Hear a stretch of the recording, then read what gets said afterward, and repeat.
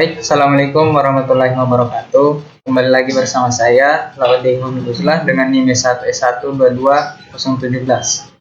Nah, pada video kali ini merupakan lanjutan dari video sebelumnya, yang mana pada video sebelumnya kita telah memahami bersama dasar-dasar dari metode numerik. Nah, sekarang untuk di video ini kita akan belajar untuk memahami apa itu analisis galat. Oke, mari kita langsung mulai masuk ke pembahasannya. Nah, analisis galat. Jadi, analisis galat itu sangat penting di dalam perhitungan yang menggunakan metode numerik.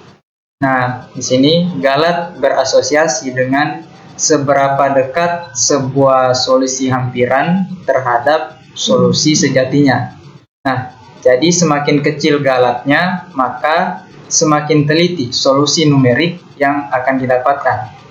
Kemudian untuk mengatasi interpretasi nilai galat, maka galat itu harus dinormalkan terhadap nilai sejatinya. Sehingga gagasan inilah yang melahirkan apa yang dinamakan dengan galat relatif. Oke, misal seperti pada layar ini, misalkan A topi, ya kita sebutin dengan A topi, itu adalah nilai hampiran terhadap nilai sejati A. Maka selisih epsilon itu sama dengan A dikurang dengan A topi. Sehingga selisih dari A dikurang dengan A topi tersebut disebut dengan galat. Nah, kemudian dalam praktek kita tidak mengetahui nilai sejati A karena galat seringkali dinormalkan terhadap solusi hampirannya, sehingga galat itu dia relatifnya dinamakan galat relatif hampiran. Nah, baik, kita masuk ke bagian yang pertama dari analisis galat, yaitu sumber utama galat numerik. Nah, untuk sumber utama dari galat numerik itu ada dua. Yang pertama galat pemotongan, kemudian yang kedua galat pembulatan. Nah, selain kedua galat ini, sebenarnya masih ada sumber galat lain. Contohnya seperti yang pertama, galat eksperimental, yang dimana galat yang timbul dari data yang diberikan. Misal, karena sebuah kesalahan pengukuran atau ketidaktelitian alat ukur, dan sebagainya. Kemudian yang kedua, galat pemrograman. Nah, yang dimana galat yang terdapat di dalam sebuah program yang sering dinamakan dengan bug. Dan kemudian proses penghilangan galat tersebut dinamakan dengan debugging. Kurang lebih seperti itu. Baik, kita masuk ke poin yang kedua dari analisis galat, yakni galat pemotongan. Nah, untuk galat pemotongan itu mengacu pada sebuah galat yang ditimbulkan akibat penggunaan hampiran. Nah, penggunaan hampiran ini sebagai pengganti formula eksak. Maksudnya adalah ekspresi matematik yang lebih kompleks diganti dengan formula yang lebih sederhana. Kemudian tipe galat pemotongan itu bergantung pada sebuah metode komputasi yang digunakan untuk penghampiran, sehingga kadang-kadang disebut juga sebuah galat metode. Nah, jadi istilah pemotongan itu muncul karena banyak dari metode numerik yang diperoleh dengan penghampiran fungsi menggunakan deret yang dinamakan deret Taylor. Nah, karena deret Taylor merupakan deret yang tak berhingga, maka untuk penghampiran tersebut, deret Taylor kita hentikan atau potong sampai dengan suku orde tertentu saja. Nah, untuk contohnya kurang lebih seperti ini.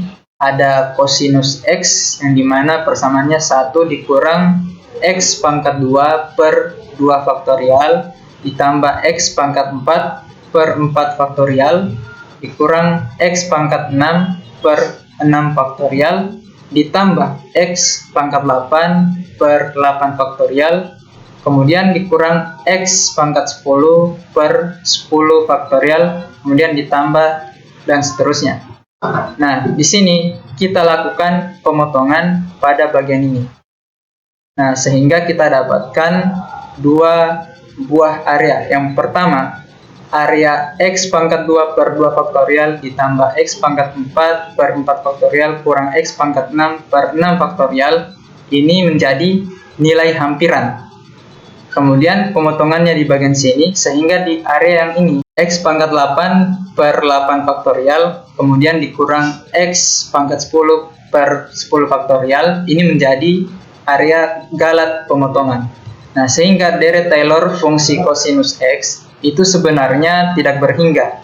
Namun, untuk keperluan praktis, deret tersebut kita potong sampai dengan suku orde tertentu.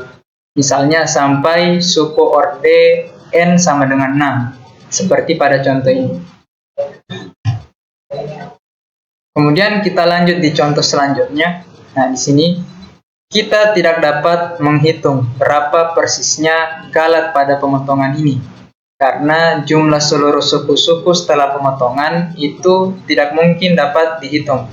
Namun, kita dapat menghampiri galat pemotongan ini dengan rumus seperti ini, yang dimana rumusnya adalah R, kemudian N dalam kurung X sama dengan X dikurang X0 pangkat N tambah 1 per N tambah 1 dan seterusnya.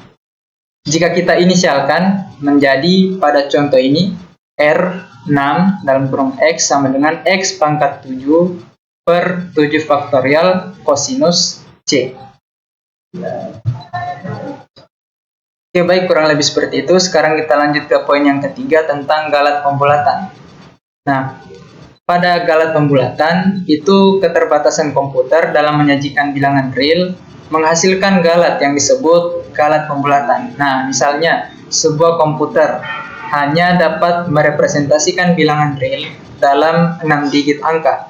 Berarti representasi bilangan misal 1 per 6 itu sama dengan 0,166 dan seterusnya. Di dalam komputer 6 digit tersebut adalah 0,166667.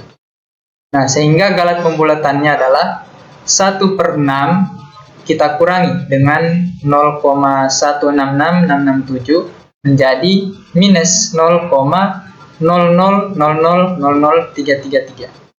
Nah, contoh lainnya juga 0,6238 dikali 10 pangkat 3.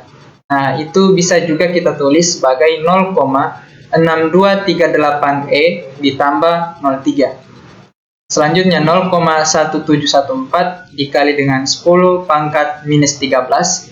Itu bisa juga kita tulis sebagai 0,1714E kurang 13. Baik, kita lanjut ke poin yang keempat mengenai angka bena. Apa itu angka bena? Nah, rupanya angka bena itu adalah angka yang bermakna atau angka yang penting atau angka yang dapat digunakan dengan pasti. Nah, untuk angka 0 sendiri itu bisa menjadi angka bena ataupun tidak. Nah, pada contoh, misal 0,001360, 3 buah angka 0 pertama yang berada di depan ini, nah itu menjadi tidak berarti. Sedangkan 0 yang terakhir yang berada di sini, di belakang, nah itu akan berarti karena pengukuran dilakukan sampai ketelitian 4 digit. Untuk contoh yang lain, misal seperti ini, 43,123, nah sehingga angka bena yang terdapat di dalamnya adalah sebanyak 5. Kemudian 0,1764, angka benanya adalah 4. Nah, kemudian 278,300, angka benanya 6, yakni 278, 3, dan 0, dan 0. Kemudian 0,0090, nah ini memiliki 2 angka bena, yaitu 9 dan 0. Seperti pada pemaparan ini yang dimana untuk angka 0 di bagian awal itu menjadi tidak berarti atau yang berada di bagian pertama, sedangkan angka 0 yang berada di akhir, nah itu akan berarti. Sehingga terdapat di sini pada contoh ini 0,0090 memiliki 2 angka bena, yaitu 9 dan 0. Kurang lebih seperti itu.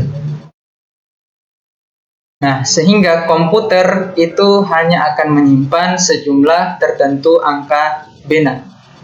dan bilangan real yang jumlah angka benanya melebihi jumlah angka bena komputer akan disimpan dalam sejumlah angka bena komputer tersebut. Sehingga pengabaian angka bena sisanya itulah yang menimbulkan galat pembulatan. Oke, untuk contohnya seperti ini. Ya, kurang lebih sama dengan slide sebelumnya ini.